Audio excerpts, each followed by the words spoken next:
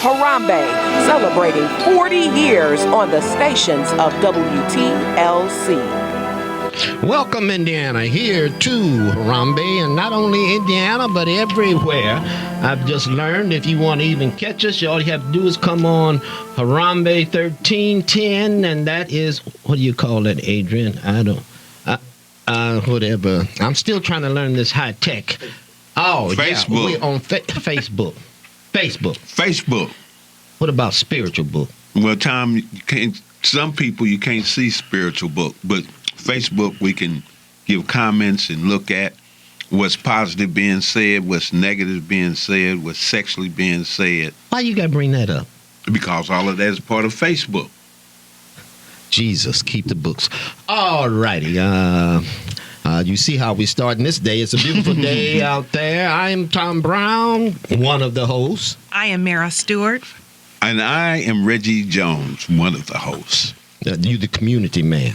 I'm the community man. Why aren't you out there holding a sign all up and down Meridian, from 30th Meridian all the way downtown about abortion? Let's get rid of it.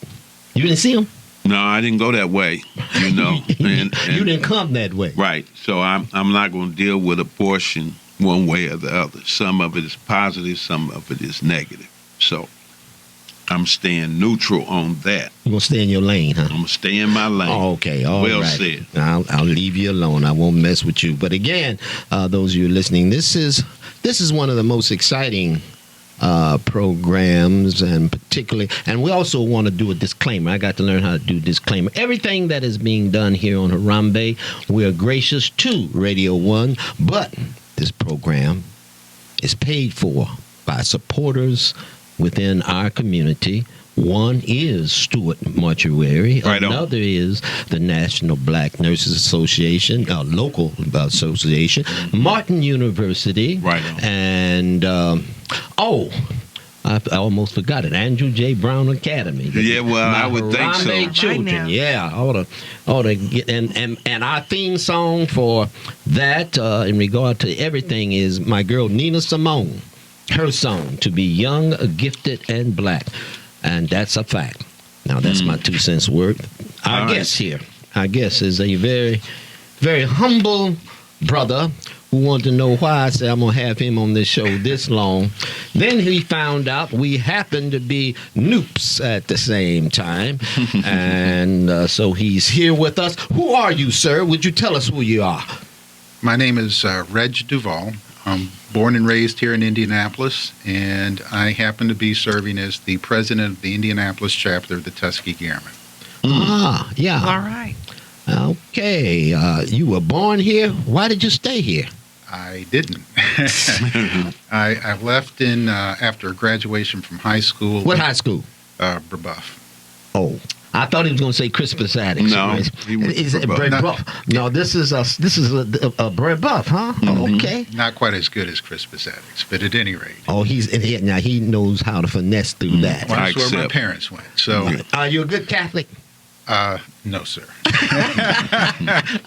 Just messing with you. Don't take no. I'm just messing with you. Go ahead. But actually, when I left, I went to the United States Air Force Academy out in Colorado, and had to pay back that free education with a little bit of service, and I didn't come back to Indianapolis until 1993. Okay. So am I to guess that you fly airplanes? Actually, I'm the son of a musician, and I was desiring to get out earlier, so I turned down pilot training. As a result, I ended up being an aircraft maintenance officer and a logistician. All right. Okay. Myra, you come from a tradition within the history of Indianapolis, Stewart, and you said you wanted to talk to him about somebody you knew very well, which used to be my teacher, too. Well, your teacher is my uncle, Charles H. DeBow. He was married to my father's sister, and he is, well, I'm biased. I'm very biased. You know, he was my uncle, and he's my favorite Tuskegee Airman. Well, I think Michelle Obama and I have something in common. Honestly, we have so many distinguished airmen from Indiana, and I didn't know this. So when I first came back, when you join an organization and you keep going, you end up the president. So that's what happened. Several terms ago, so this is will be my third term. So about 8 years ago, I found myself in a position trying to recognize the totality of the service that the Indiana Airmen played. There were 29 airmen from Indiana that graduated from the flying school, and 13 were from Crispus Attucks. Isn't that amazing? The first of which was your uncle. Yes. 13. 13. We bad.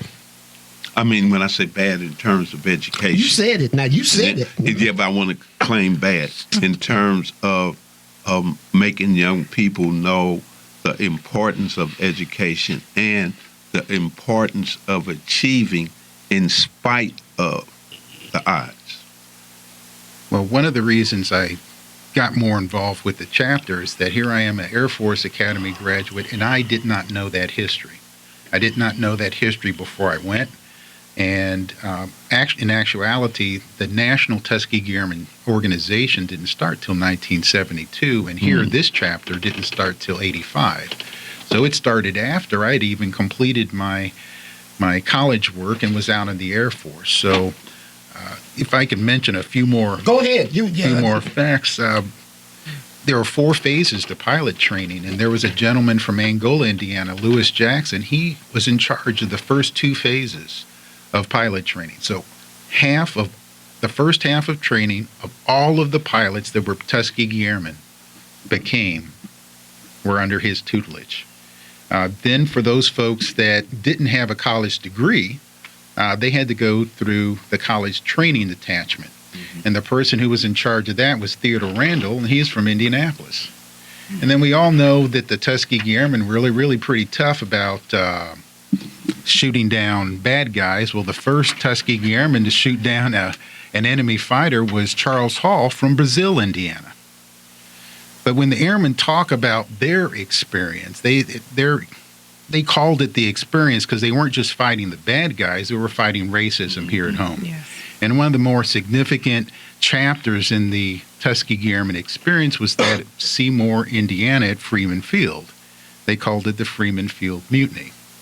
That happened to be where over 100 officers were arrested for refusing to sign an order saying they wouldn't go to the White Officers Club. So when you look at the totality of the Indiana experience, it's huge. We had people in the first class of 5, and a lot of these guys became commanders. So for me, it's important that the community embrace this opportunity, and that's what we as a chapter try to do, is come out, educate, and work on ways to for the community to take ownership of this legacy. Back up, Duval. Back up.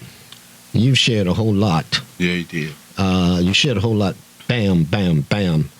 I want you to back up in the sense that you talk about Charles Hall.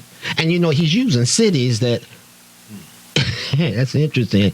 I don't live too far from Seymour, down in southern Indiana. And then I placed down there, and it's interesting, and he talks about Brazil, Indiana.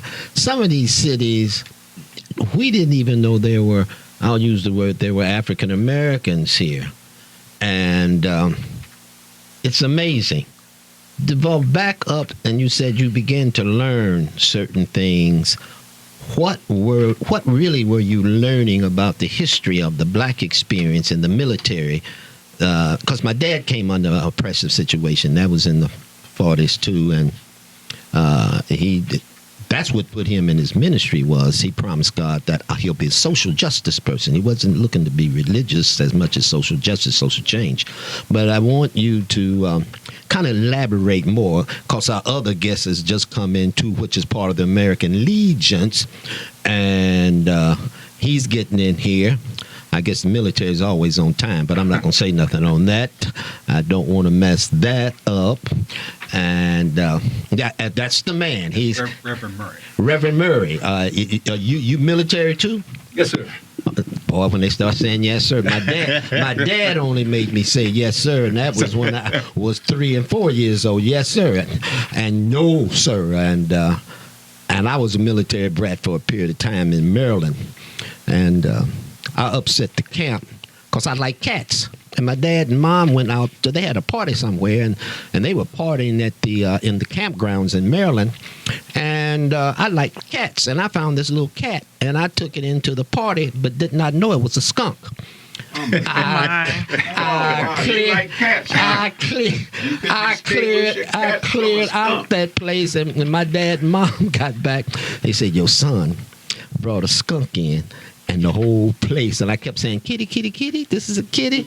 And they thought, "Get this boy, and Sergeant, with you and your wife, take him somewhere." That was a fun thing. Welcome with us, Reverend Murray. Thank you, Mr. Brown. Okay, what do you represent? Because y'all represent the same thing, but let our listeners know who you are and what you're about. Well, first of all, Reverend Murray indicates that I am a man of God. And that has been all of my life. My dad was a minister. I attended Tuskegee right out of high school. What year? This was in 1967. I graduated from Ullman High School in Birmingham, Alabama. You're from Ullman? No, Yes. I used to work in Birmingham. See, I'm older than you. Oh, okay. And I worked in SNCC. And Okay. I was up in Tuskegee when we picked up Malcolm and brought Malcolm from Tuskegee from speaking there. And this was in 64. Okay. I brought 65. No, 64. Then I brought him to Selma to speak to the students. And you was up in Tuskegee at that Selma time. is my mother's hometown, and I was there. I think was it Ralph? The gentleman who was with SNCC, who was leading SNCC at that time. Well, John Lewis? Stokely Carmichael. Stokely, right. yeah. Yes. And I was there during that time. What's your mom's name? Roberta, maiden name is Mitchell, last name is Mitchell. Murray. See, my first wife was from Selma. Oh, is that right? Okay, well, that's In my mother's 1964. hometown. You Yes. remember Dr. Maddox? Name sounds very familiar. He was Yeah. he was the main doctor on 3rd Avenue. Okay. I know a whole lot about Selma. Okay, all right. Let's not go there. Okay. But what's your involvement? We're talking with Mr. Duval, and at the same time you are the guest with us too, because of the Black Nurses Association. They said you are the people to talk to, and we're hoping to create kind of a coalition. And my colleague here, she may have some questions. Ms. Myra Stewart of Stewart How are Funeral you? Services. Welcome. And but you don't have to die to receive her services. I understand. Don't want to rock the boat. Tell us a little bit about yourself. Okay, in 1967, I attended Tuskegee University, enrolled in the ROTC program there as a part of the first and second year college student curriculum. During my senior year, I re-enrolled as an advanced ROTC student, and I entered into the flight instructor program and under the supervision of Chief Alfred Anderson, who is one of the original Tuskegee Airmen. He was the gentleman that taught me how to fly, soloed me at the Army airfield that was there in Tuskegee. And that's where I did my solo flight, went on to Craig Air Force Base again in Selma, Alabama. Man. Absolutely. It was like going home exactly.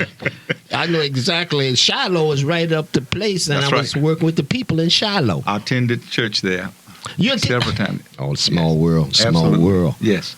And eventually I received my wings there at Craig Air Force Base and was assigned to fly B-52s doing that. There's a lot of history about Craig, isn't it? Yes, it is. Yes. We Yes. won't talk about that. but go ahead. So you Yeah. fly. Yes, I'm a pilot. I was licensed actually by Chief Charles Anderson. I don't know if you're familiar with Chief Anderson, but he recently had his picture placed on the United States postage stamps. Oh my goodness, Anderson. know that. Yes. Mhm. Yes. How did you end up back in Annapolis? Just like I asked Duval, what brings y'all back here? Well, as I said, church. I was assigned to a church here, and since then I'm retired.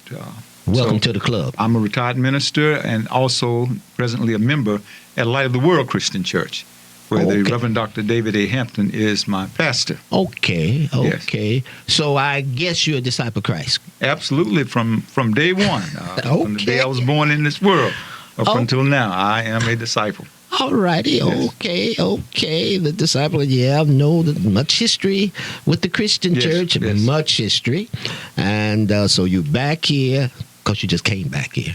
Yes, home originally is Birmingham. Birmingham. Alabama. Yes. You know what we used to call, this is what Stokely and all of us used to call it. We call it Birmingham. Birmingham, yes. Birmingham, Yes, yes, Alabama. yes, yes. Yeah. Yeah, quite familiar cliche. Yeah. Well, you are operating the American Legion. What is it? That was the other guest. Oh, that was. Oh, I'm out of line on this one. Okay. All right. Duval. Okay, I got two Tuskegee men here. If you want to ask them some questions, you can call 239-1310, 239-1310. It is amazing. You want to ask Tom, a question? while they dialing, I wanted to ask him about the Congressional Gold Medal. Can you explain to what that was? It was in 2007, the Tuskegee Airmen were collectively recognized with the Congressional Gold Medal. At that point in time, it became very clear, at least to me, that this Tuskegee Airmen legacy was then an American legacy. The organization, when it started in 72, was a lot of family and friends coming together. But in 2007, there was an acknowledgement of what the airmen did. They establishing that legacy of exceeding expectations, of working with people you wouldn't normally, and having the courage to do the right thing when there was pressure to do otherwise. Okay, I just want to give more information about it, because most people don't know that. And I see y'all don't like to talk. I'm trying to figure this out. You all don't like to talk. Y'all got to talk to me because all of you are younger than me.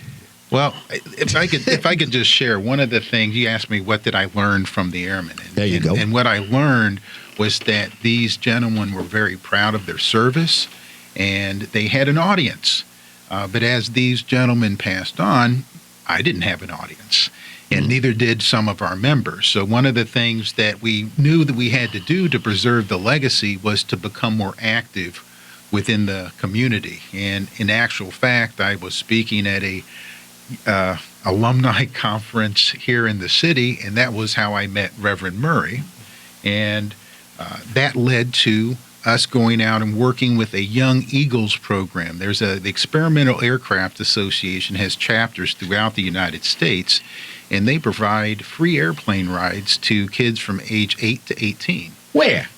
everywhere. So it's a matter. Here also? Yes, Greenwood Airport, at the municipal airport in Greenwood, at the municipal airport here in Say that again. Indianapolis. It's at the what? At the Greenwood Airport, at the Indianapolis Airport. That's where we actually met. I took my two grandsons, who are right outside the studio now, to let them have the opportunity, take advantage of that opportunity to fly in one of those free flights. And they both got a chance to fly. The instructors will actually provide their planes and the gas and their time to take young men up for free. So I got the flyer from Captain Duvall here and went out, and that's how we met. But now I knew about the Tuskegee Airmen when I was flying under the guidance of Chief Alfred Anderson in Tuskegee. He gave me a form one day, and he said, "Here, fill this out, and I want you to make sure you send it in." I had no idea of the ramifications of what this would introduce me to and the doors that it would open to me. And really didn't become very active until I arrived here in Indianapolis, Indiana. However, I was preaching at a little church over in Cincinnati, Ohio, and I joined one of the church members over there was also a Tuskegee Airman. His last name was Garner. And he was so excited to know that I had gone to Tuskegee, that I knew Chief Alfred Anderson. I think he may have passed on at this point. But that was one period of activation, and then I wasn't really active again until I got here in Indianapolis. And a part of this process, I think, is just, and I should have said this to begin with, there were 992 pilots, but there were 14,000 support people. A lot of those folks have not been identified. And right now, some of the younger folks are the ones that are still living. So, What's the younger folk, Duval? What do you mean by the younger folk? the younger folk are now about 90. That's All right. I'm listening to you. All right. So, yes, sir. So there's 1, 2, 3. I know of 3 for sure airmen that live in this city. And again, a lot of the people that were not flyers did not step up for the limelight. So there's a lot of people that shared in this legacy. One is Douglas Bembry. I'll give him a shout out. 40-year postal worker. Very proud of his service, but he's very humble. Well, see, you all couldn't fly if they keep those planes right. Absolutely. I wouldn't even dream of flying. The ones on the ground made sure you all could stay in the air. Absolutely. And do it safely. And those in the air was hoping that when they come back to the ground, you'd still be able to come back to the ground. In some cases, we couldn't even pull into a parking slot to park the airplane unless there was somebody on the ground to escort us in. So very essential part of the mission. Very few airplanes could fly without there perhaps being at least 10 ground personnel to every airplane. Per plane? Absolutely. 14. So you're looking at accommodations from nurses, the people in the control tower, the people that, and these are different specialties, from munitions to fuels. Maintenance. So, and you're talking about a period of time in which black folk were considered not able to do this, right? Absolutely. And all of the players and actors of that time, of the 40s, of the 50s, and the 60s, all of those players were blacks. Negative. There were also white personnel assigned to the Tuskegee Airmen Airfield. And I think that's important for us to understand. Bring it out. This Tuskegee Airmen experience embraced all those that participated. At first, there were many white officers that were in charge. Eventually, as the black officers became promoted, they took over those commander officers' positions. But the initial trainers, the initial pilot trainers, they were white. So the experience is broader than just blacks. Okay, correct, because you know I'm going to push you. I'm going to push you because there's something, Myra, you got anything? You sitting here listening. Well, no, I want feminine energy. You know what? I want to this come back to how, as the mother of 2 boys, how can I get my boys in that program? That's what I want to talk about. Okay, so let me. That's a done deal. They're going to do it. Clarify. Go ahead. The Experimental Aircraft Association has chapters throughout the United States.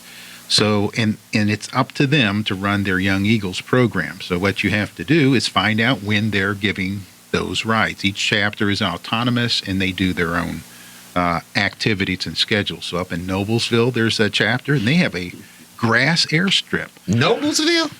I mean, okay. I won't go there. One of the largest chapters, or more active chapters that I've seen, is up in Fort Wayne. And we had an airman that was a member of our chapter that would actually come down from Fort Wayne, but that was a big opportunity for kids to get a ride. Now, what's important is to recognize this isn't just a one-time flight. It doesn't have to be just a one-time flight. We try to get kids to take a look at, are you the right age to pursue the process? Ground school is what age, Reverend Murray? Is that 15, something like that? I think they can start as young as 14. 14, okay. Yes. So sometimes we encourage the young people and their parents not to start too early. That way they can bridge right into the ground school, which is, what's ground school?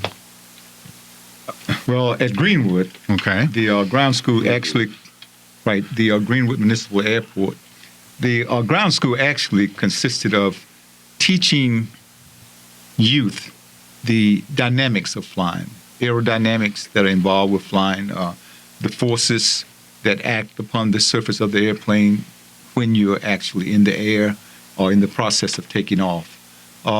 We teach basic aerodynamics. We teach basically how to tell the weather, how to operate the controls in an airplane, what the control surfaces actually do as far as making the airplane go up, down, turn left, turn right, and then other components such as the landing gear, the empennage, the propeller, the powertrain of the aircraft, and all of these functions, so that once they get in the airplane and start taking actual flying lessons, if they desire, then they will be familiar with all of the control components and what each control operates. You have the rudders, you have the stick, you have the throttle, you have the landing gear, and then we have navigational instruments in the airplane. That's something that's a little bit advanced, but after they are inside the airplane, they will begin to use navigational instruments, something as basic as a compass, an altimeter, which tells how high they are above the ground and above sea level, vertical velocity indicator, which tells how fast they're going up and how fast they're coming down. They have a bank turn indicator, which tells when they're in a bank. It's amazing. And flying is actually at the point which I'm sure those who have flown on airlines before, you can go into the weather and not know whether you are right side up or upside down. But they have instruments. Don't tell me too much. Don't tell me too much of this now. Wait a minute. I travel all over this world, and you get to talking. I ain't getting on no airplane in a minute and listening to you. But I hear you. Yes. And this is what young people, and it's not just for boys, it's for women, girls. Oh, too. my goodness, we've had some of our see, best students. It's too much masculinity talking that feminists can fly too. Oh, absolutely. I'm just throwing that at you. I'm certainly getting ready to go just there. Yeah. Well, the year before Reverend Murray came to the table, we actually, as a chapter, we scholarshiped a young man into ground school at that Greenwood location. Mm-hmm. So part of what we do as a chapter is establish relationships that hadn't been built before. So that when you other say scholarship, you talking about some money? We scholarshiped this young man we paid for him to go to ground school. How much it costs? Well, in this case, it was only $90. So if I had 100 listeners who said we'd like to sponsor each one of us $90, is this a reality? No. Is it a possibility? That was a one-time event voted on by the chapter to see because we had never done that before. So what we were trying to do as a chapter was to directly have a direct input to having a young person get involved in flying. By virtue of establishing that relationship, it led to Reverend Murray's participation. Mm-hmm. It also led to us being out there when they did Young Eagles flights. And on a couple of occasions, speaking of women, I know that I personally spoke to 200 Girl Scouts in one day on 2 different occasions. So this is for both young men and young women. So, sir, with you, Reverend Moore. Murray. Yes, sir. Okay. That's what I'm making Reverend Moore. No. I know Reverend Moore. Okay, Reverend Murray. I apologize. I knew him also. He's a good friend of mine. Yeah, one of my students, former students. Okay. So, would you consider yourself exceptional or highly blessed to be exposed to what you was exposed to as a young man? Now, my point that I'm going to try to make is the Eagles flight age runs from what age? It's from 14 to 16. I think at the point where you can get your driver's license, they try to also make it available for you to get your aircraft license. Okay, 14 to 16. Pilot's license. So you said Eagles program run their own program. That's what you said, Rick. Young Eagles run their own program. And so each chapter. So what I'm thinking of, and it's in Greenwood. So you call and you ask them that you have a child that's interested in being exposed or having an opportunity to fly. Now, I understand everybody can't go do that, but there are some young ghetto boys that would like to be exposed to that, and I'm sure they would achieve and succeed just like you did. And that's my whole point. Murray, is he trying to say you were once ghetto? No, I wasn't saying. I just See how time twists up? I wasn't saying that, sir. And I consider myself fluid. Yeah. No, back in when you was in Birmingham. In Birmingham, yeah. And knowing what school he went to, and Yeah. being over in there, Absolutely. he wasn't Okay. no saint. Like none of us was Okay, saints. but that's no. So just messing with you, man. That's all right. You messing with both of us because I ain't say that, But my point was making that our young people, if they expose to things, more things that they are exposed to, they have an opportunity to achieve and succeed. So putting those kind of things in front of them is a way of motivating them to an opportunity that normally would never have an opportunity. Absolutely. The experimental flight program, it gave my grandsons an opportunity to go up and actually handle the controls with a licensed pilot also on the controls, but they actually were there in the seat, in the pilot seat. There are two seats there in the front, and there are controls for both seats, both occupants. So my grandson was able to sit right there and experience the throttle and the flight control stick. The yoke is what we call it. And Yeah, y'all got some names for them things up in there. Y'all got some. I won't call. You know about the Jesus thing that's on top of the helicopter? They call it the Jesus. And he's a major. He was. What do y'all call? He called it the Jesus, and when things ain't right, and he said, "Okay, Jesus." I mean, Talking about the propeller? Yeah, but it's a Jesus boat. Oh, okay. Yeah. Yeah, it comes out, everything falls apart. Yeah. Mm-hmm. okay, So he's aware. He's aware You got it. Maintenance, all right. of the part. You know what I'm talking about. Right. Yeah. But to speak again on what you said, the opportunities, I think that not only are the opportunities important, because there are many opportunities available, but it's following up and having parents who are interested enough in the young people to say, son, you brought home a paper today, a flyer that was advertising an experimental flight at the airport Saturday.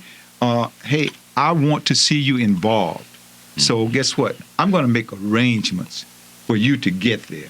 And that's the other half, because young people, they don't have the automobiles at 14, 15, Right. 16 years old. And so we need parents, and I underline that. We need parents to support the younger people who do have the skills and also have that desire, that interest in flying.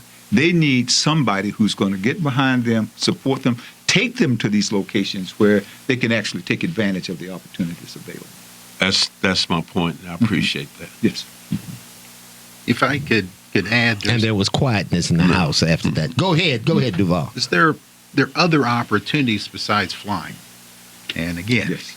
Okay, do your thing, man. I told you was gonna be here an hour, so you better you go ahead, bring it all home. So I know there's a need for pilots, but at the same time, there's a huge need for not only aircraft maintenance officers, but also our personnel, but also people to work with the FAA on they're retooling their airstrip. And one of the things I think is important for young people, and this both men and women, to understand, is that you can't enter into this line of work with a record. So part of the What is that record that you talk about? Because I got a criminal record. criminal record, Criminal free drug record. That's as far as I just know a record. That's what I've been Record. advised. Weapons. Just you can't have a record. Felony free. Felony free. That's Felony well free. said. Right. Okay, the felony free. What about what's the other one, Myron? You ain't got a felony. What do they call it? Misdemeanor. Misdemeanor. Because we get bumped with a bunch of misdemeanors. What about the misdemeanors? Well, the point of what I'm trying to make, and I don't know that answer, is that becoming aware of the opportunity, first of all, is important, but then understanding what are the criteria to participate. Maybe I'll make another decision. When I understand that I may have to have an opportunity to make $70,000 or $80,000 working out at the airport, or that amount of money, if not more, as an aircraft maintenance technician working for Rolls-Royce, Right. then maybe I'll think twice about what I'm doing. So it's not that we don't have the talents and skill sets within our community. That's obvious by virtue of our performance with the Tuskegee Airmen. I think it's a matter of us becoming aware of the opportunity. So that's what we as a chapter try to participate in air shows. So when folks come out to see airplanes, we're there. And where are the local air shows? They happen infrequently, but the last big one was several years ago. Yes. And that was run by the airports. It's over. But the Commemorative Air Force is now doing recurring annual events, and we were at Mount Comfort in June for 3 days. You know, you're gonna have some callers calling in a minute, and I push you. I push you because what bothers me, Reggie, why aren't we knowing about this? You know, why don't we know? You know, I got a frat sitting over here, and then I got a preacher partner, retired. That's the best thing you could ever done. And, you know, in the dynamics, and from Selma, and that whole background. Where is our problem in our networking within the black experience? Is where I'm coming from. How is it that this has been going on? What is our dilemma? What's going on? I mean, you guys, there's a unique relationship that you servicemen have. It's not talked about. A lot of things that you carry within you, but you all connect, like the Tuskegee. That whole thing, you automatically feel like you're family. Do you feel like you're more family among each other than you are in your community? Well, before you go too far, I think a lot of what we're talking about is relatively new. Right. As an effort by the chapter. As I said earlier on, the Tuskegee Airmen were heroes and they were giants by themselves. We weren't going to air shows. If we did, they went and they were signing autographs. So it was just several years ago. It was the first time that we went as a chapter. So that is a new thing for us, trying to reach out deliberately to go participate in these experimental aircraft associations and develop the relationships where then they call us and we can in turn let others know about these opportunities. You all want to take some calls? Yeah, I think we'll take some calls. Take some calls. Okay, Robert, you got an Air Force question. I got a question. I'd like to know what year my man was in the Air Force. Both of them. What year, Duval and Duval? 79 to 92. Oh. See, I was in the Navy in 1961. And back then, it was very hard for black men to join the Navy or the Air Force because of the racist attitude that was going on. Okay, Murray, when you was... Yes, I was in the Air Force beginning in 1972 until 1982. Oh. They got some time under their belts. Yeah, well, I guess all the racism had been chased out. Because my experience when I first joined the Navy in 1962, Naval Air Station North Island, I got called the N-word by one of the young white fellows, and I had to tell the captain the next day, and he said, we don't play that in this man's Navy. He said, the next time you do it, carry him out behind the barracks and whoop his behind. I said, you guys ain't going to then get court-martialed. Yeah. And he said, no. So I got him that same day. Okay. Carried him out behind the barracks and whooped that behind. All right. I'm glad you used the right language there, behind.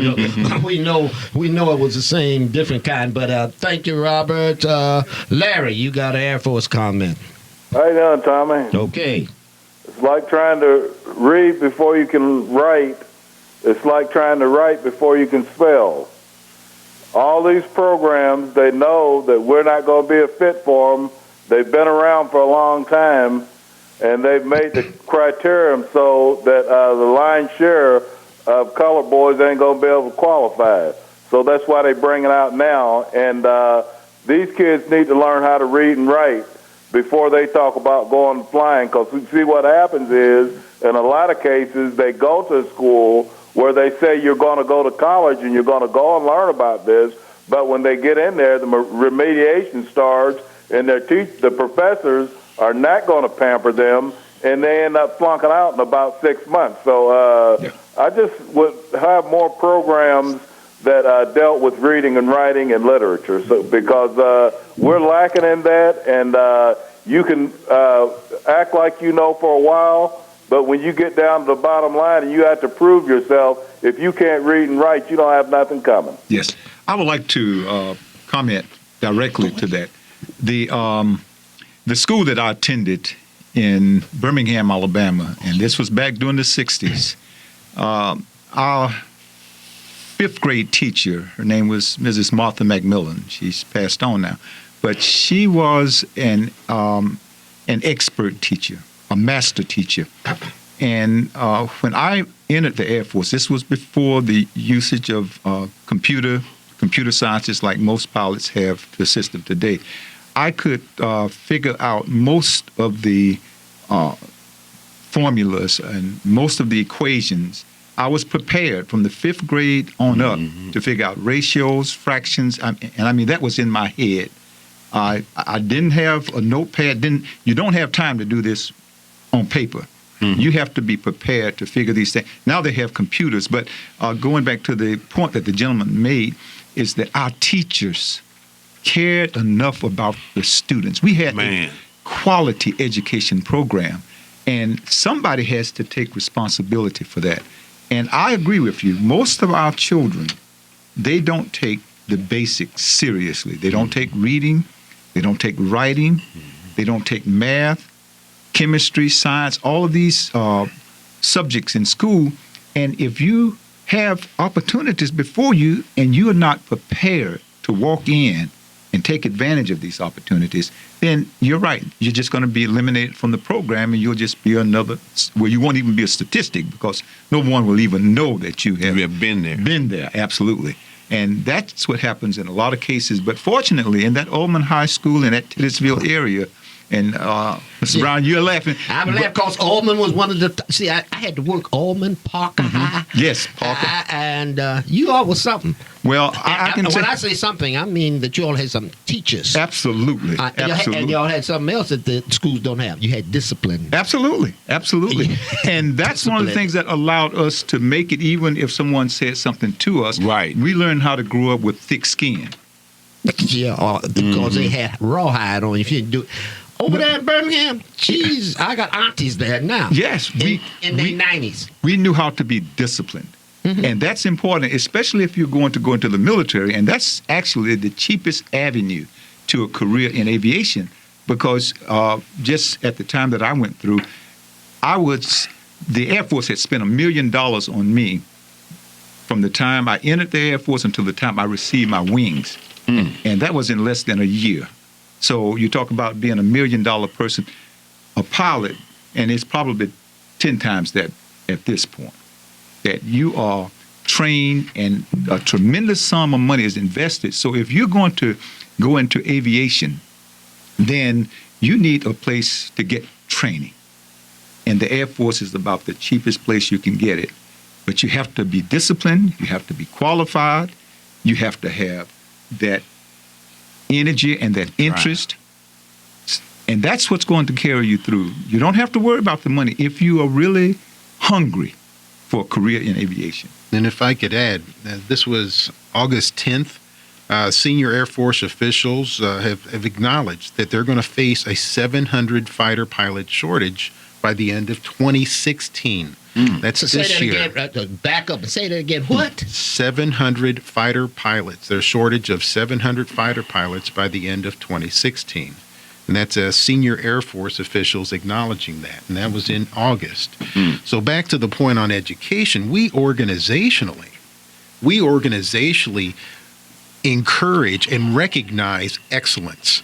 As a result, there is a Tuskegee Airmen Scholarship Foundation that provides 40 scholarships each year of $1,500. While it may not be much, it's something that the organization emphasizes, and the way those, and So as in support of this, we were at the Historically Black College Fair over at Crispus Attucks, where I think we're the only non-college member participating in IBAC, and we show up every year to make sure young men and women are aware of this opportunity.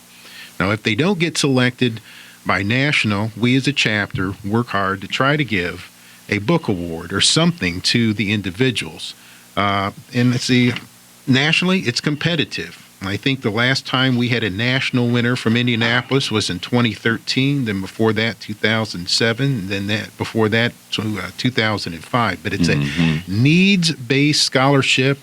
The young men and women have to have above a 3.0 GPA, so excellence is required.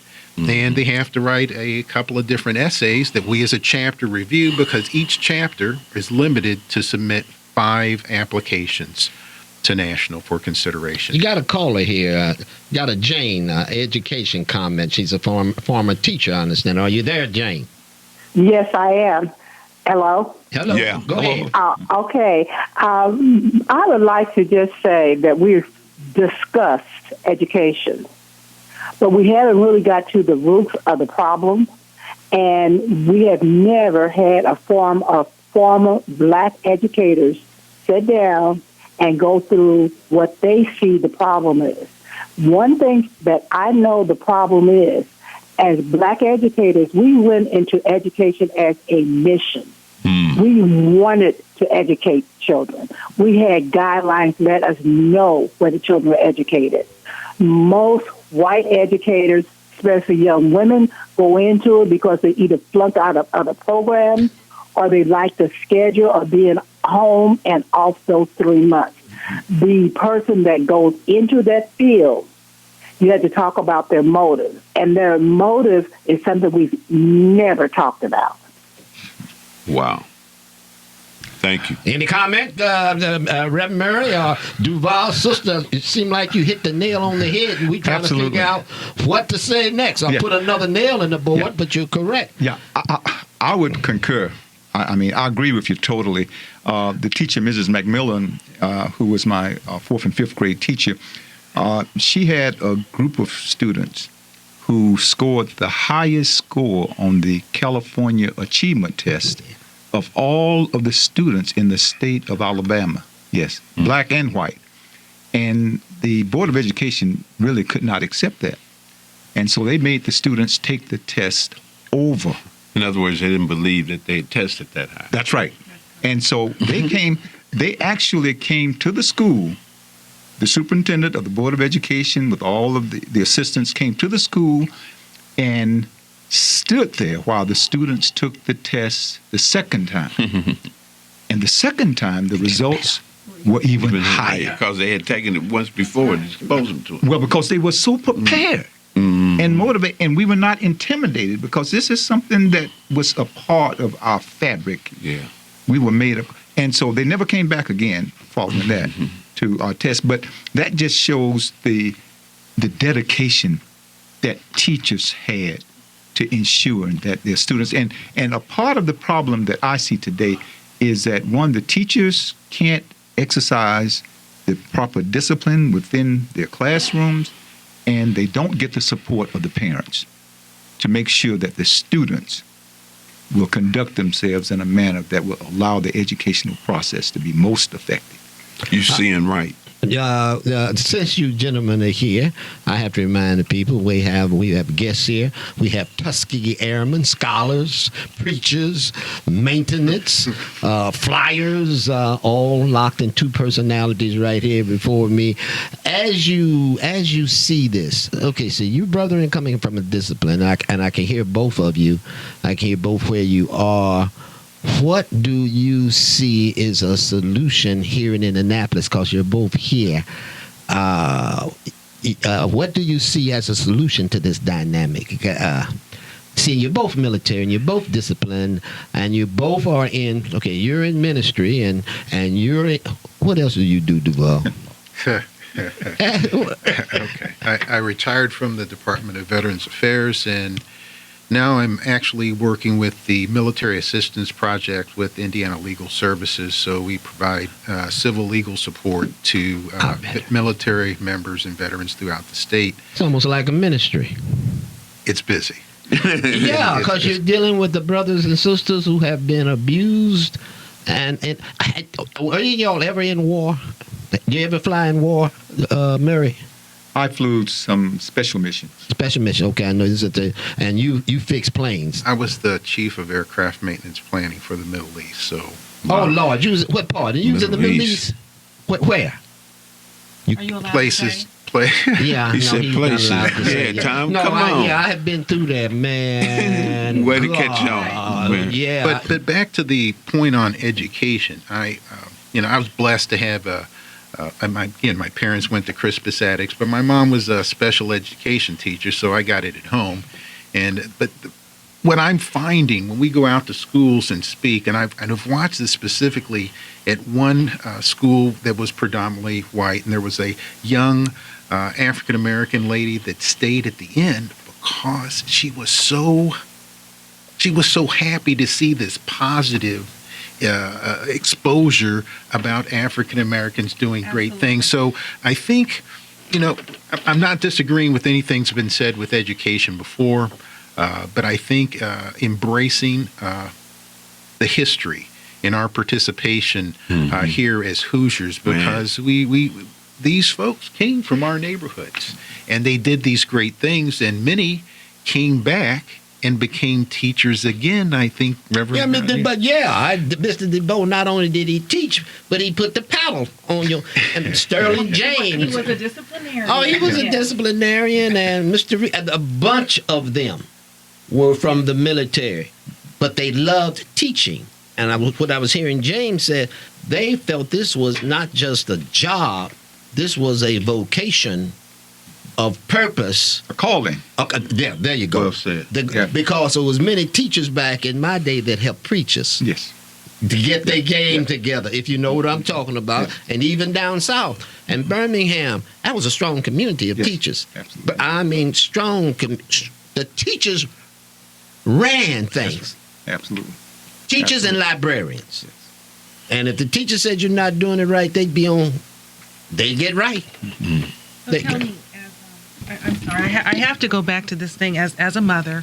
I'm wondering, so if we steer our children, perhaps an ROTC or something like that, will that be a reachable point of entry? Absolutely. As far as entering into the military, yes, that is one of the best routes, and I think that should be promoted. But unfortunately, nowadays, since we don't have the draft, and it's strictly voluntary, particularly going into the officers' corps, you have to become an officer if you're going to fly in the United States military. Mm-hmm. You have to be an officer, and to become an officer, you must be a college graduate.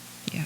And going through the ROTC program, there's an advantage because, one, you can qualify for a scholarship that will pay for your actual college tuition. Absolutely. And for your books, and there's a stipend also. I guess it's about, $200 now? I know that firsthand because my godson is in that program at the University of Southern Mississippi. He is in ROTC, and upon graduation, he will be commissioned as a second lieutenant in the United States Army. Right. And they are helping him right now. See, that's beautiful, but I'm somewhat biased. I still encourage Academy because there's the Air Force Academy. Well, because you can go to the prep schools, and that's what people may not know is that even though they may not get accepted by the academy, there's a prep school that they can go to where they'll be admitted the following year. And as Reverend Murray talked about the benefits of ROTC, they somewhat pale in comparison to being an academy graduate in terms of what's offered. We got a caller, and then we got about 4 or 5 minutes. Caller, you're on the line. Caller. Gary, you're on the line. Oh, thank you, Dr. Brown and Reginald Jones. To your guest, Pastor Murray, I know you. I work in the media ministry over Light of the World, not knowing that you had such a history of being who you are and what you have been doing in the air, per se. I wanted to comment on the education, how Pastor Murray talked about his teachers or the consciousness of that group that educated him and others. And that is what we need today.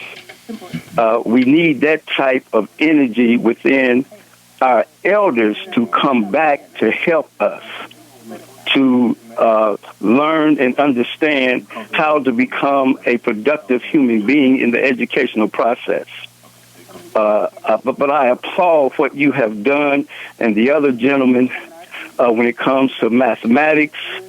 There's something within our DNA that helps us to understand counting, like Katherine Johnson, who worked at NASA, who had the geometry problem and the trajectory of taking man into space, who was an African-American woman, who had that same understanding as the two gentlemen have today. My question is, how can we bring elders together, those educators and those retired educators, to have a think tank for us to be able to help our children today? How could that be possible? What comes to my mind right away is, one, we used to call it PTA program at school. That's a forum where parents are invited to participate and actually take ownership of the educational process through the PTA program. And I know that had a great impact on the quality of education that we received there in Titusville at Ullman High School and at Center Street Elementary School. But another way, and I think since the public school program is virtually spelled out for us at a more official level, our churches, there are tutorial programs that can be set up in churches. If you have the expertise, people who have educational, military backgrounds, they can start these programs in churches. Go to your pastor and talk to your pastor about starting an after-school program, tutorial program. And when I received my doctorate, I actually did a project. My research project was on how churches could improve the plight of disadvantaged kids through after-school program. And I just want to just ask if every church in the city of Indianapolis would just sponsor one child in an after-school tutorial program, that would make a tremendous impact. And I know we have the expertise and the skills that are available if we would just channel our energies in this direction. And I won't talk anymore. No, you can talk, but we got Pastor Murray. Hey, Can I just say one thing? Hey, Gary, you're going to have to hold on because it's time to take a break for those who help our sponsors. We need to take that break. You got it, Ethan, and we'll be right back. Give us a few minutes so we can take a breather. Okay. Harambee here on AM 1310. I almost forgot the number. Play that number. You might hit it there. Here, Radio 1, AM 1310. The Light, we're back here with you, listening to some dynamic gentlemen here. And, of course, I have my co-host with me, Reggie Jones, Community, and Mayra Stewart, who is involved in another community care. Have I got that right, Mayor? Yes, I am Mara Stewart at Stewart Mortuary. All righty. We are here and we have our special guest. I'm impressed, and I'm going to have to get them some more. We got some callers on the line. Those of you who are just tuning in, you got with me Mr. Reginald Duval, a good Tuskegee graduate and a good Kappa. It's all right for me to say that. That's what I am. We're Kappas. Murray, what are you? I'm None five none. None five none. Man of God. Groove five groove. Okay, way to go. That's good. You heard him just say that. That's our guest, Reverend Samuel Murphy. Yes. Murray, I'm sorry. Yes. Murray. Samuel Murray, who is a retired pastor, but he's at the great Church of Light of the World. And of course, I have to meet Graham. Hey, Duval, I graduated from Bishop College down in. What you say? It's not my I had a fault. scholarship there. Huh? I had a scholarship there. And why didn't you? Had to choose Tuskegee. Yeah. You know, Ain't we no don't need to blame. be. We don't need to be on there because we're gonna talk some other time. Okay. Because that was what year was that when you went into Tuskegee? 1967. Reggie, I was director of it. I was director of admissions at Bishop College from 66 through all the way to 69. Yeah, I because was you got director- some of our I was students. in director of it. admissions and financial aid and all recruitment under Curry. And then I left there, and that's when I went on and did my doctorate, came back and did some teaching and recruitment. Yes. So I may talk. Hey, I'm messing up. Let me get back to Gary. You on the line, Gary? Talk to. What's your question? Because we got to move on. Okay. Yes, I just wanted to invite Mr. Duval and Pastor Murray to the community screening and discussion on the documentary Crispus Attucks, the school that opened the city at the Christian Theological Seminary. That's Saturday, October 8th from 10 a.m. to 2 p.m., where we will be reviewing the academic and cultural success of Crispus Attucks High School, Repeat which that, inspired the nation. Gary, repeat that. The community screening and discussion on the documentary Attucks, the school that opened a city, where we will be reviewing the academic and cultural success of Crispus Attucks at the Christian Theological Seminary. CTS. Yes, Saturday, October 8th from 10 a.m. to 2 p.m. And what's spectacular about this is that the 13 Tuskegee Airmen graduating from Crispus Attucks, and we are having a community discussion with hopefully the elders and educators that have benefited from that teaching to come together to look at the success of what had happened in that day. Can that success be repeated again? Can we be great again? Can we have those ancestors and elders, some that are living today, use that same understanding of how to be disciplined, of those strategies needed to help our young people today? So I'm inviting, especially Pastor Murray and Mr. Duval, we need your voice in putting together strategies based on what has happened in our past, because you know our past is like our roots. Our roots is our history. And when we are cut off from those roots like a tree from the earth, we die.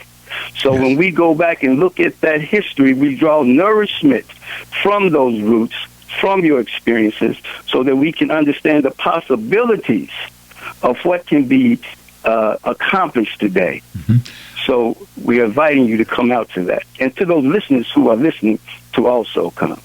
Unfortunately, on that date, I know I personally can't be there, but I would suggest, this is something I had done some years ago, is I sat and I went through the yearbooks to see what each of those airmen were interested in, just to kind of get an idea of what was important to them. And a lot of things, success starts early, and we start seeing the interest. So I would suggest that might be a project that would be easy to be done, is to take a look at what these gentlemen were looking at and interested in their high school days. Yes, I'm here in the studio, but right outside of the door, I have 3 grandchildren, and I haven't had anyone to come in and tell me that I needed to go out and attend to them. As far as the discipline is concerned. And I can say that having a relationship, it doesn't always take a paddle. And for those of us who haven't learned that yet, we need to learn that a paddle was perhaps one of the quickest ways to gain a child's attention, but it's not the only way. No, you're right, but it's your card, mine. Okay. but having that early relationship, and fortunately, I have been involved with my grandchildren since birth, and I've maintained that. I have had to make many sacrifices, and I'm making one right now because I hadn't planned for them to be here with me. But because I do have that relationship with them, I can bring them any place I go, take them with me any place I go, and not have to worry about. I can tell that out there. I was outside looking at him. Okay, Look like little old folk. It's the kind of say you've been here before. And I started talking to him about the playing and the stuff, and the young lady. We got Reverend Rich Hunter on the line. Rich, you're on the line. I'm here. Okay. What's your announcement? What do you want us to know? Well, I want you to know that I'm going to be celebrating along with the Order of the Eastern Star. I'm the grand worthy patron for the Order of the Eastern Star for the jurisdiction of Indiana. And my chapter, which is Purity Chapter number 51, is giving me a testimonial banquet, testimony celebration for the weekend of October the 28th and 29th. The tickets are $50 on the 28th, which is that Friday. We're going to have a musical genius that's going to render a jazz reception for us. Brian Thompson, I don't know if you've heard of him. He's my nephew. He's bringing his full band, and that it's all going to take place at the Palms Banquet Center out in Plainfield.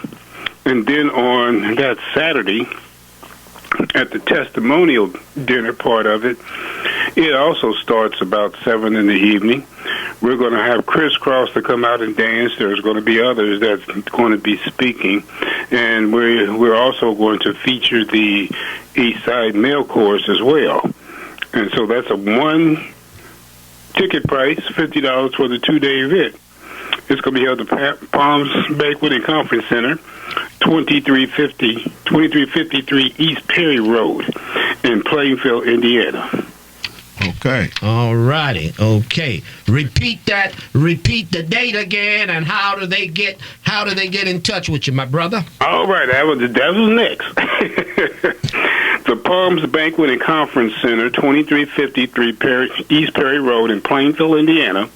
You can get tickets by calling two people. You can call myself, which my phone number is area code 317-847-7369, or you can call Sister Barbara Reynolds, and her phone number is 317-835-5006 in order to get tickets. It's going to be a good event.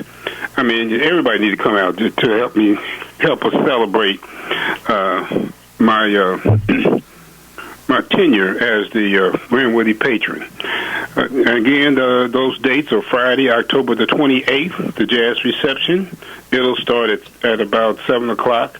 And then on Saturday, October the 29th, the Palms Banquet Center it's the same place, and that's when we will have the actual banquet. And it is a wonderful place. It used to be called something else. I can't think of the name of it, but they remodeled that place, and it really looks nice. So we're looking for the whole community to come out and help us celebrate on that weekend. Okay, all right. You've been listening to the Right Reverend Richard Hunter. What did you say your position was again? You know I mess up things. Well, you're amazing. I know. That's why I said you better say it because I'm here.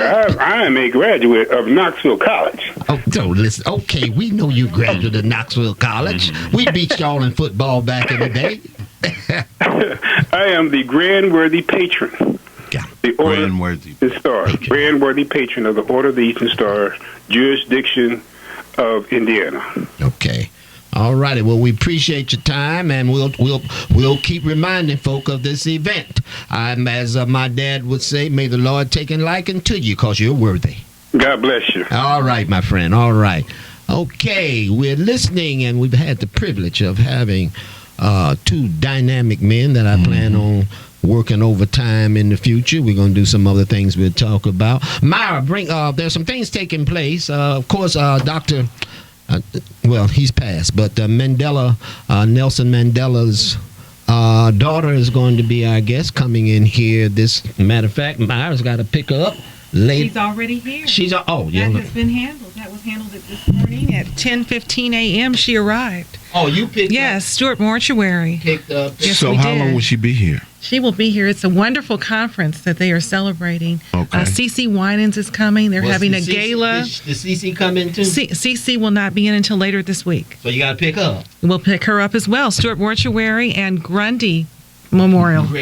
Grundy is also helping us with that. We are 2 family-owned and operated local funeral homes. The only 2 of them. Well, no, there are some others out there. But we are still family-owned and operated in the spirit of Harambee and community and all of that. Right on. I have to mention that. That sounds good. Yes. Sounds good. Yeah, the African-American family-owned. Absolutely. You know I keep pushing it. Yes. I have a I am 3rd generation. Good God. 3rd generation. 3rd generation, and we will be celebrating our 70th year. 70th year. Yes. Oh, and they tell me make sure I talk loud. The other thing, if you want to see this, you can see it. What is that thing? Adrian says Facebook. Harambee 13 Facebook 1310. 1310, yeah. Harambee 1310. But gentlemen, we only got about 10 minutes because we go into our last segment, Insight Indie, which my younger brother throws together something unique, something different. It is all still part of Harambee, but he throws it in with he's trying to help me learn how to deal with the young folk, and I'm trying to deal with the old folk. What do we have to advocate for our old people so we can, I mean, you understand, everybody say, let's do this for the young. But if it wasn't for the old, you wouldn't have no young. If you understand the reverse psychology I'm using it. What do you think? Don't both of y'all speak all at once. Duval wants to get quiet. Well, you know how it is being a preacher. I know. And I have to try to bridle myself in that respect. Don't worry about it, bro. All right. Well, I wanted to say that, first of all, that could evolve into a strategy, a community strategy. We have so many professionals in our communities who are retired, such as myself, and in every field, every background that you can think of. And many of them are simply sitting around home trying to figure out what to do next. And I think that if we could organize the different professions and retired nurses, retired doctors, retired engineers, retired pilots, retired teachers, and somehow give them a forum, an opportunity to come and to share their skills, their backgrounds with the younger people. I think that would provide them with an opportunity to really extend what they have gained in their earlier and more productive years, extend that, so that the young people can also benefit from that and carry it on into their career fields. So I think that would be an excellent opportunity. I agree with you. It would be an excellent opportunity. And I think it's going to have to take someone like, this guy does a lot. I think it's going to have to take a Tom Brown to call a meeting of the elders and the educators to come together to begin to put something like this together. Pastor, just what you said a few minutes ago, and to me it was a challenge to the churches, that if you just get one person, that's what he said, one person, I think we would see a tremendous effect, a rippling effect, matter of fact, across our community, again, connecting with the churches and the churches tying back in to the community. Absolutely. Reggie just got a calling, y'all. Didn't he sound like a preacher? As he put that. But Duval, give us your last comment. I'll deal with him. We'll be dealing with each other all week. I don't know. Go ahead, Duval. You got to say something to us, bro. Well, one of the purposes of the Tuskegee Airmen organization is to come together in the spirit of fellowship, born of that Tuskegee Airmen spirit, that of excellence, of working together with others and having the courage to do the right thing. So I invite anyone who's interested, those who say they have family members or relationships, we can work together to pursue that and post that on the web so people know that we have airmen right in our midst. You got a website? We are redoing it. So we're redoing it. It's coming. It's coming? Yes, sir. I done watched the movie about 20 times. The red wings. The red tails. The red tails. Right. Well, you see how I got it. The tail. I call it the doggone wings. Ain't that? Yeah, they got two. And then if you go to YouTube, got some rich history. categorically, and then that thing is that's a curriculum in and of itself. How those guys, because you made a statement. I think it was Duvall. If we understood what those guys and gals back in the days of the Tuskegee thing were thinking, and what was the attitude and the background of the teachers, what they were teaching. Because I didn't go to school to make money. I went to school to learn how to come back and serve. Now, the whole education of now is go get an education to get a job. Right. So, you know where that leads. You know where that takes you. You don't come back to give back. You come back to get. Right. There's no real commitment to service. Right. Yes. I like what you did, but I think a whole lot of folk are scared to talk about it. But you encourage people to get into the military experience. Because everybody don't go to Afghanistan. But you need to travel outside the city of Indianapolis. You need to, that's something you need to do. They tell me I got 3 minutes. Myra, you got any closing words for us? Well, I want to thank these gentlemen for enlightening us. I mean, we had a lot of good information today. We certainly appreciate that. And as a mother, I have some homework to do. Thank you. Look forward to it. Yes, absolutely. Well, again, the appreciation is great. The knowledge is considered awareness, and that's what Harambee is about, bringing distinguished people in our own community together to pass out information that our community lack in terms of understanding and knowing. So by doing this, then there's a step forward. We can't tell or measure the impact, but from the radio listening audience, there's some parents that is listening. There's some parents that are going to be able to expose their children to something that they had never been exposed before. So that's, to me, is exciting. And then we must continue to remember those that are poor, those are less fortunate, that we concerned about them too. But discipline goes along with education. Discipline goes along with growth. So all of those things must come together for you to succeed. Thank you, Reverend Murray. Thank you, Mr. Duvall. And y'all haven't heard the last of me yet. I'm out. I don't know how in the world you've been here this long and I didn't know it. But that's the worst thing could ever happen. Now, we will be working together, and Duvall will definitely be working together with the whole initiative. It's about an idea whose time has come. That's what the Kipling used to say. An idea whose time has come. And it's Kairos. Yeah. Right. Not Chronos. Yeah. But let's make it happen. Thank you, gentlemen, for your time, and try to do something that I'm gonna do something the devil ain't gonna do for you. Leave you alone. Have a great day. We're going to take a break, and then we get ready for our other specialty. Insight, and all of the good stuff of Inday. Be back later. Bye.